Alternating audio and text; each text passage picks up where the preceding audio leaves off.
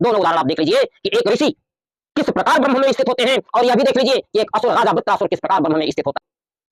श्रीमद् भागवत महापुराण के 6वें स्कंद में यह कथा वर्णित है, जो हम उदाहरण के लिए बताने जा रहे हैं कि ज्ञानी जीवन मुक्त होते हैं, जोगी भी अनेक प्रकार के होते हैं। महर्षि दधीच ऋषि ने कहा, हे देवराज, हर प्राणी को अपना जीवन प्रिय होता है। वृत्रासुर ने ललकारते हुए कहा कि देवताओं, याद करो, अभी कुछ वर्षों पूर्व जब समय हमारे साथ था तो हमने आक्रमण किया था और तुम लोग स्वर्ग छोड़कर भाग गए थे। इसलिए मनुष्य को, देवता को, असुर को, कोई भी हो, किसी को भी कभी भी घमंड नहीं करना चाहिए। जय श्री कृष्ण। आप सभी भक्तों को पंडित श्री लल्लन पांडे का जय श्री राम, जय श्री कृष्ण। श्रीमद् भागवत गीता के 6वें अध्याय में भगवान श्री कृष्ण कहते हैं, जदा विनियतम चित्तम आत्मनि एव अवतिष्ठते निस्पृहः सर्व कामेभ्यो युक्त इति उच्यते तदा। इसका अर्थ है जदा विनियतम चित्तम, यानी जब अपना चित्त अच्छी प्रकार अपने वश में कर लिया जाए। आत्मनि एव अवतिष्ठते, और जब यह चित्त अपने वश में हो जाएगा तब क्या होगा? तब हम अपने आप में स्थित हो जाएंगे। आत्मनि एव अवतिष्ठते। पिछली कथाओं में हमने बताया है कि आत्मा का एक अर्थ होता है जीवात्मा, एक अर्थ होता है स्वयं, और एक अर्थ परमात्मा। स्थान स्थान पर आत्मनि का अर्थ विशेष अर्थ होता है। तो मित्रों, आत्मनि एव अवतिष्ठते, जब हम अपने आप में ही स्थित हो जाते हैं, यानी जब हम परमात्मा में स्थित हो जाते हैं, जब हमारा चित्त अच्छी प्रकार अपने वश में हो जाता है। देखिए, चित्त का अर्थ है जीवात्मा और आत्मन का अर्थ है परमात्मा, क्योंकि जीवात्मा तो शरीर में एक ही होती है। यदि एक ही अर्थ प्रयुक्त होना होता तो फिर यहाँ चित्त और आत्मनि अलग अलग क्यों कहते? इसलिए भगवान यहाँ कहते हैं जदा विनियतम चित्तम, यानी हमारा मन, हमारी जीवात्मा जब अच्छी प्रकार विनियमित, यानी अच्छी प्रकार जो है नियमित हो जाए, और नियमित नहीं विनियमित, बी उपसर्ग है, यानी विशेष रूप से नियंत्रित हो जाए। तो किसके नियंत्रण में? जीवात्मा। चित्त का अर्थ है मन और जीवात्मा अच्छी प्रकार विशेष रूप से नियंत्रित हो जाए तो किसके नियंत्रण में हो जाए? आत्मनि एव अवतिष्ठते, यानी जब हमारे आत्मा और परमात्मा का संपर्क हो जाए, यानी जब भक्त भगवान में स्थित हो जाए। इसका अर्थ ये, जब हम अपने मन और चित्त को अच्छी प्रकार अपने वश में कर लेते हैं, यानी हमारी आत्मा परमात्मा से जुड़ जाती है और हम परमात्मा में स्थित हो जाते हैं, तब निस्पृहः सर्व कामेभ्यो, तब सभी प्रकार की कामनाओं से हमारी इच्छाएं हट जाती हैं। निस्पृहः सर्व कामेभ्यो, सभी प्रकार की कामनाओं से हमारी इच्छाएं हट जाती हैं। मित्रों, प्यारे भक्तों, कामनाओं से इच्छाएं कैसे हटती हैं, इसको अच्छी तरह समझने के लिए आप पिछली कथाओं को देखिए। यह 24वीं कथा है। श्रीमद् भागवत गीता के विभिन्न प्रसंगों पर चर्चा करते हुए आज यह 24वीं कथा चल रही है।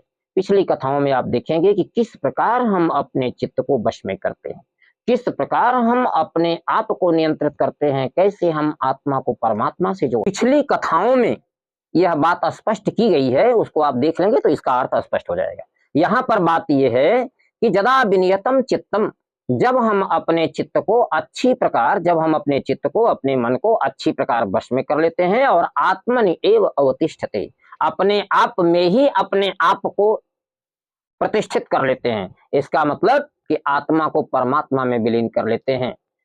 आप कोई पूछे कि आत्मा में परमात्मा कैसे विलीन होती है? मित्रों, जीवित रहते हुए ही हम आत्मा को परमात्मा में विलीन कर सकते हैं। इसको समाधि कहते हैं, इसको ज्ञान कहते हैं, और इसके लिए 2-3 तरीके होते हैं जो हम आगे बताएंगे। आज इतना ही जान लीजिए कि ज्ञानी जीवन मुक्त होते हैं। और इसको हम शायद तीसरी चौथी कथाओं में ही बताए हैं, भगवान अर्जुन से पूछे हैं और उसको भगवान बताए हैं। आप उन कथाओं को देख लीजिए कि किस प्रकार हम जीवित रहते हुए ही जीवन मुक्त हो सकते हैं और कैसे हम इस संसार में रहते हुए अपने को परमात्मा से जोड़ सकते हैं। और गृहस्थ आश्रम में रहते हुए, हम भी गृहस्थ आश्रम में हैं, और किस प्रकार अपने घर परिवार के सारे कामों को करते हुए, समाज की सारी व्यवस्थाओं में रहते हुए किस प्रकार हम परमेश्वर से जुड़ सकते हैं, इसके लिए आप पिछली कथाओं को सुने। और यहाँ पर हम अब आगे बढ़ते हैं कि जब हम अच्छी प्रकार से अपने चित्त को अपने वश में करके अपनी आत्मा को परमात्मा से मिला लेते हैं, उस समय निष्प्रिय सर्व कामेभ्यो, सभी प्रकार की कामनाओं से मन हट जाता है। निष्प्रिय सर्व कामेभ्यो युक्त इति उच्यते तदा, ऐसे व्यक्ति को युक्त कहते हैं। किससे युक्त? वे देखिए, युक्त का अनेक अर्थ होता है। धन से युक्त, बल से युक्त, परिवार से युक्त, समाज से युक्त। वे युक्त तो बहुत है, पर यहाँ इस श्लोक में युक्त का अर्थ जोगी पुरुष से है, जो परमेश्वर से जुड़ा हुआ है। जोगी भी अनेक प्रकार के होते हैं। कोई कर्म जोगी है, कोई निष्काम कर्म जोगी है, कोई सकाम कर्म जोगी है, कोई हठ जोगी है, और कोई सन्यासी है, सन्यास योग करता है।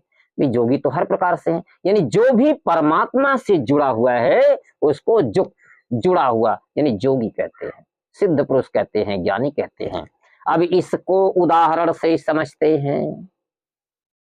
श्रीमद् भागवत महापुराण के 6वें स्कंध में यह कथा वर्णित है, जो हम उदाहरण के लिए बताने जा रहे हैं।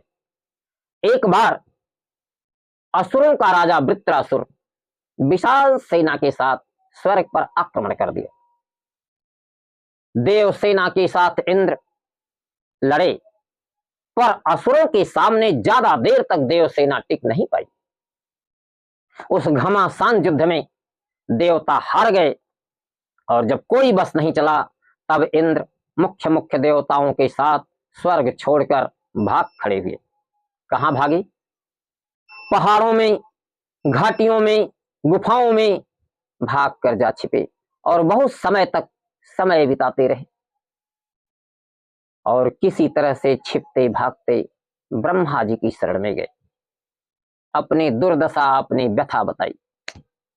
ब्रह्मा जी ने भगवान नारायण की स्तुति की। भगवान नारायण प्रकट हुए। उन्होंने देवताओं से कहा, देवताओं, तुम लोग ब्रह्मर्षि दधीच ऋषि के पास जाओ और उनसे उनकी हड्डियां मांगो। ब्रह्मर्षि दधीच जी ज्ञानी हैं, ब्रह्म ज्ञानी हैं, वो तुम्हारे याचना करने पर अपनी हड्डियां दे देंगे। तब उन हड्डियों से तुम वज्र बनाओ, उसी वज्र से वृत्रासुर का वध हो सकता है। इसलिए अविलंब तुम लोग दधीच ऋषि के पास जाओ, उनसे याचना करो और वज्र बना करके पूरी तैयारी के साथ असुरों पर आक्रमण करो। इस बार तुम्हारी विजय होगी। अब जो है देवता छिपते छिपाते, किससे छिपते? असुरों से छिपते, क्योंकि असुरों से वो हारे हुए थे और हार करके भागे हुए थे। तो पहुंचे दधीच ऋषि के आश्रम में और अपनी व्यथा सुनाए। देवताओं की व्यथा सुन करके महर्षि दधीच ऋषि ने कहा, हे देवराज, हर प्राणी को अपना जीवन प्रिय होता है, सबको अपने प्राणों से प्रेम होता है, किंतु आज स्वर्ग पर संकट आ खड़ा हुआ है। भाई, स्वर्ग पर संकट क्यों खड़ा हुआ? संकट तो देवताओं पर आया। स्वर्ग पर संकट इसलिए कि जब स्वर्ग असुरों के हाथ में जाएगा तो धर्म की मर्यादा बिगड़ेगी। क्यों? क्योंकि असुर तामसी स्वभाव के होते हैं, वह उत्पात करेंगे ही, अत्याचार करेंगे ही और धर्म के विरुद्ध आचरण करेंगे। स्वर्ग की व्यवस्था बिगड़ जाएगी, और जब स्वर्ग की व्यवस्था बिगड़ जाएगी तो धर्म टिकेगा कहां? पृथ्वी पर भी अधर्म होने लगेंगे, असुर उत्पात मचाने लगेंगे, चारों तरफ असुरों का कब्जा हो जाएगा और अधर्म ही अधर्म, उत्पात ही उत्पात होने लगेंगे, सब लोग त्राय त्राय करने लगेंगे। इसलिए धर्म की रक्षा के लिए पृथ्वी मनुष्यों के हाथ में और स्वर्ग देवताओं के हाथ में होना जरूरी है। असुर असुर लोक में रहें, सब लोग अपनी अपनी जगह से रहें तो सृष्टि की मर्यादा ठीक से चलती रहेगी। इसलिए देवता फिर से विजयी हों, धर्म की स्थापना हो, मनुष्य भी ठीक ठीक से रहें। इसलिए दधीच ऋषि ने कहा कि हे देवराज, आज कर्तव्य उपस्थित हो गया है। यद्यपि हर प्राणी को अपना जीवन और अपने प्राण प्रिय होते हैं, फिर भी देवराज स्वार्थ से कर्तव्य महान होता है। इसलिए कर्तव्य को पूरा करने के लिए, धर्म की रक्षा के लिए मैं योग में स्थित होकर के अपने प्राणों को छोड़ता हूं। तुम लोग मेरी हड्डियां लेकर के वज्र बनाओ और वृत्रासुर का वध करो। अब ब्रह्मर्षि दधीच जी अपने को योग में स्थित किए और योग बल से अपने प्राणों को ब्रह्मांड में चढ़ा करके कुंडलनी को जागृत करते हुए, कुंडलनी तो इनकी पहले से ही जागृत थी, अपने प्राणों को ब्रह्मांड में चढ़ा करके योग बल से प्राणों को छोड़ दिए और भगवान के परम धाम में चले गए। अब निर्जीव शरीर बची, पर वह हड्डियां ब्रह्म तेज से युक्त थी। देवताओं के शिल्पी विश्वकर्मा ने उससे वज्र का निर्माण किया और फिर तैयारी करके देवराज इंद्र ने देव सेना के साथ असुरों पर आक्रमण किया। इस बार भगवान नारायण का आशीर्वाद, ब्रह्मा जी का आशीर्वाद इनके साथ था और दधीच ऋषि की ब्रह्म तेज से युक्त हड्डियों से बना हुआ वज्र देवराज इंद्र के हाथ में था। अब घमासान युद्ध हुआ। जो देव सेना पहली बार हार रही थी और जो देवता हार कर भागे हुए थे, वही देवता आज घमासान युद्ध कर रहे हैं और इस बार के युद्ध में असुरों की सेना भाग रही है। असुरों की सेना भाग रही है। असुर राज वृत्रासुर बार बार अपने सेनापतियों को ललकार रहा है, बार बार उत्तेजित कर रहा है, पर वृत्रासुर के लाख प्रयास के बाद भी उसके वीर सेनापति युद्ध के भूमि में नहीं टिक पाते थे और वह लगातार भाग रहे थे। जब असुर राज वृत्रासुर ने देखा कि उसकी सेना तो टिक ही नहीं रही है, वह तो लगातार भाग रही है, तब वृत्रासुर ने जान लिया कि आज समय देवताओं के पक्ष में है। उसने भगवान का स्मरण किया, भगवान का ध्यान किया और असुरों को ललकारना छोड़कर सीधे देवराज इंद्र के सामने आया। वृत्रासुर कहता है, देवराज, इन भागते हुए असुरों पर वीरता दिखाना उचित नहीं है।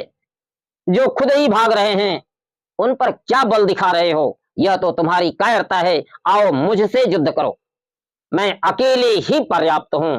तुम्हारी इच्छा हो पूरे देवता एक साथ मुझसे युद्ध करो और तुम्हारी इच्छा हो तो फिर मेरा तुम्हारा द्वंद्व युद्ध हो। देवता उसकी वीर बाणी सुनकर के चकित हो गए। एक बार उसकी बाणी में वह ओज था कि देवताओं की सेना रुक करके उनकी बात सुनने लगी। वृत्रासुर ने ललकारते हुए कहा कि देवताओं, याद करो, अभी कुछ वर्षों पूर्व जब समय हमारे साथ था तो हमने आक्रमण किया था और तुम लोग स्वर्ग छोड़कर भाग गए थे। इसलिए मनुष्य को, देवता को, असुर को, कोई भी हो, किसी को भी कभी भी घमंड नहीं करना चाहिए। उस बार समय हमारे साथ था तो यही असुर सेनापति डट कर युद्ध कर रहे थे और तुम लोग भाग खड़े हुए थे। आज समय तुम्हारे साथ है तो तुम डट कर युद्ध कर रहे हो और यह असुर सेनापति भाग रहे हैं, किंतु मैं वृत्रासुर भागने वाला नहीं हूं। मैं अकेले ही अंत तक युद्ध करूंगा। देवराज, अब मेरा तुम्हारा द्वंद्व युद्ध होगा। इस युद्ध में मैं तुम्हें मारूंगा या तुम हमें मारोगे, यह तो अभी निश्चित नहीं है, किंतु यह युद्ध इतना घमासान होगा कि इतिहास याद रखेगा। कुछ क्षण रुको, अब अंतिम युद्ध करने से पहले मुझे नारायण का ध्यान कर लेने दो, क्योंकि एक नारायण ही सत्य हैं और बाकी पूरा संसार त्रिलोकी मिथ्या है। हे देवराज, जो कुछ भी तुम देख रहे हो, जो कुछ भी मैं देख रहा हूं, सब स्वप्नवत है। कल मैं विजेता था, मेरी सेना तेज थी, तुम भागते भगोड़े थे, और आज तुम विजेता बन रहे हो, तुम्हारी सेना डटी हुई है और असुर सेना भाग रही है। यह संसार ही नश्वर है और जो कुछ भी आप देख रहे हो यह सब स्वप्नवत है, सत्य सिर्फ एक परमेश्वर है। इसलिए देवराज कुछ मिनट के लिए युद्ध रोको और मुझे अपने भगवान विष्णु का ध्यान कर लेने दो, उसके बाद फिर मैं घमासान युद्ध करूंगा। ऐसा कह करके वीर वृत्रासुर ने शस्त्र रखकर कुछ क्षणों तक भगवान विष्णु की स्तुति की। वह अपने तन मन चित्त को कहां स्थित किया? आत्मनि एव अवतिष्ठते। वृत्रासुर जदा विनियतम चित्तम, वृत्रासुर ने अपने मन को, अपने चित्त को परमात्मा में स्थिर कर दिया और उसके बाद कुछ क्षणों तक जब भगवान का ध्यान कर लिया तब क्या हुआ? निष्प्रिय सर्व कामेभ्यो। अब उसे असुर लोक के राज्य से, स्वर्ग लोक के राज्य से सारे वैभव की कामना समाप्त हो गई और वह वैराग्य में, जोग में, भगवान में स्थित हो गया। अब वृत्रासुर कर्म पथ पर आ बढ़ा, क्योंकि इस संसार में, इस जीवन में परमात्मा में ध्यान केंद्रित करने के साथ कर्तव्य पथ पर भी चलना पड़ता है। यह शरीर का धर्म है, यह संसार का धर्म है, और हम अपनी आत्मा को परमात्मा में केंद्रित करें, यह अध्यात्म विद्या है, यह आत्मा का धर्म है, यह मोक्ष का धर्म है, यह मुक्ति का धर्म है। यहाँ दोनों धर्म एक साथ दिखलाई दे रहे हैं। यानी आपने महर्षि दधीच के विषय में भी देखा कि ब्रह्मर्षि दधीच जी यह जानते हुए कि सबको अपना जीवन प्रिय होता है, कर्तव्य बस अपने चित्त को परमात्मा में स्थित करके जोग बल से अपने प्राणों को छोड़ दिया। और यहाँ आप दे, वह एक ऋषि का उदाहरण था और यह एक वीर का उदाहरण है। दोनों उदाहरण आप देख लीजिए कि एक ऋषि किस प्रकार ब्रह्म में स्थित होते हैं और यह भी देख लीजिए कि एक असुर राजा वृत्रासुर किस प्रकार ब्रह्म में स्थित होता है। यानी भक्तों के लिए, भगवान के भक्त असुर भी हो सकते हैं, देवता भी हो सकते हैं, मनुष्य भी हो सकते हैं, ऋषि भी हो सकती हैं। कोई भी भगवान की भक्ति करे, जो भी भगवान की भक्ति करे वह भगवान का हो गया। अब यहां असुर राज वृत्रासुर जदा विनियतम चित्तम, अपने चित्त को अच्छी प्रकार अपने वश में कर लिया और आत्मनि एव अवस्थिष्ठते, अपनी आत्मा को परमात्मा में स्थित करके निष्प्रिय सर्व कामेभ्यो, सभी कामनाओं से, असुर लोक के, स्वर्ग लोक के सभी भोगों से अपने मन को हटा लिया। युक्त इत उच्यते सदा, अब यह परमात्मा में युक्त हो गया, जीवन रहते हुए, जीते हुए ही जीवन मुक्त हो गया। अब जो है वृत्रासुर अपने को जोग में स्थित करके कर्तव्य पथ पर बढ़ा। कर्तव्य क्या है? कि वह युद्ध भूमि में है, वह असुरों का नायक है और अंत तक युद्ध करना यह उसका धर्म है, यह वीरों का धर्म है, यह युद्ध का धर्म है। इसलिए उसके सेनापति भाग रहे हैं, इसकी परवाह छोड़ करके असुर राज वृत्रासुर अकेले ही युद्ध भूमि में डट गया। अब उसने हाथ में शस्त्र उठाए और देवराज इंद्र को ललकारा, देवराज इंद्र अब द्वंद्व युद्ध प्रारंभ करो और पहला आक्रमण तुम करो। क्या चुनौती है? देवराज इंद्र ने पहला प्रहार किया। अब दोनों तरफ से घमासान युद्ध होने लगे। यह युद्ध काफी समय तक चला, काफी रोमांचक रहा और इस युद्ध में कई बार ऐसे वक्त आए जब यह देखना, यह निर्णय करना कठिन हो गया कि अगले ही क्षण क्या होने वाला है। मित्रों, एक बार मैं उदाहरण दे देता हूं एक दो प्रसंग का। एक प्रसंग ऐसा आया जब देवराज इंद्र ने अपनी गदा चलाई वृत्रासुर पर और असुर राज वृत्रासुर उस गदा को यूं ही हाथ से पकड़ लिया और पकड़ करके उसी गदा को इंद्र पर प्रहार किया। माने जो गदा इन्होंने मारा था उस गदा को हाथ से पकड़ लिया और वापस प्रहार किया। अब वृत्रासुर के हाथ से वापस आई वह गदा ऐरावत के मस्तक पर लगी। ऐरावत हाथी खून उगलता हुआ कई हाथ पीछे जा गिरा और इंद्र लड़खड़ा कर नीचे गिर पड़े। यह अच्छा मौका था, अगर वृत्रासुर चाहता तो इतने समय में शस्त्र चला करके देवराज इंद्र को बांध सकता था, किंतु उसने ऐसा नहीं किया, इंतजार करता रहा। जब इंद्र पुनः रथ पर सवार होकर के सामने आए तब युद्ध शुरू हुआ। यह धर्म युद्ध है और यह कर्तव्य पथ है। इसके बाद फिर घमासान युद्ध शुरू हो गया।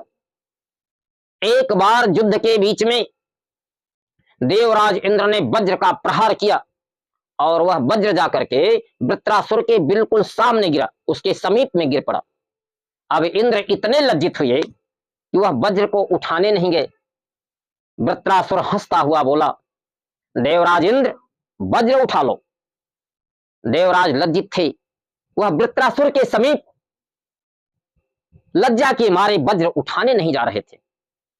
फिर वृत्रासुर ने कहा, हे देवराज, यह वज्र अमोघ है, यह निष्फल नहीं होता। यह निष्फल इसलिए हुआ है कि तुमने अहंकार बस इस वज्र का प्रयोग किया है। अहंकार छोड़ो, प्रभु का नाम लेकर युद्ध करो। आओ इस वज्र को उठाओ। यह ब्रह्मर्षि दधीच के ब्रह्म तेज से युक्त हड्डियों का वज्र कभी भी निष्फल नहीं हो सकता। तुम वज्र को उठाओ और अभी मेरी मृत्यु में कुछ समय शेष है, तब तक युद्ध करो। उसके बाद नारायण का नाम लेकर के वज्र को प्रणाम करके तुम मेरे ऊपर प्रहार करना और इसी वज्र से मेरी मृत्यु होगी, तब तक युद्ध करो। मित्रों, यह दूसरा चांस था, जबकि वृत्रासुर इंद्र को बांध लेने का, भी मार तो सकते नहीं क्योंकि देवता अमृत पी करके अमर हो चुके हैं, किंतु उन्हें बांध सकता था और स्वर्गलोक पर विजय पा सकता था। लेकिन अब तो उसे स्वर्गलोक की कामना ही नहीं है। उसे पता है कि उसके मृत्यु का समय आ गया है और ब्रह्म तेज से युक्त दधीच ऋषि की हड्डियों से बना हुआ वज्र का पहला प्रहार उसके ऊपर होगा और उसके द्वारा उसकी मृत्यु होगी। इसलिए यह जान करके उसने अंतिम क्षण तक वीरता पूर्वक धर्म युद्ध किया और यह रोमांचक युद्ध होता रहा। जब समय आया तो देवराज इंद्र ने भगवान नारायण को प्रणाम किया, वज्र को प्रणाम किया और तब वज्र का प्रहार किया और उस वज्र के द्वारा वृत्रासुर का वध हुआ। जय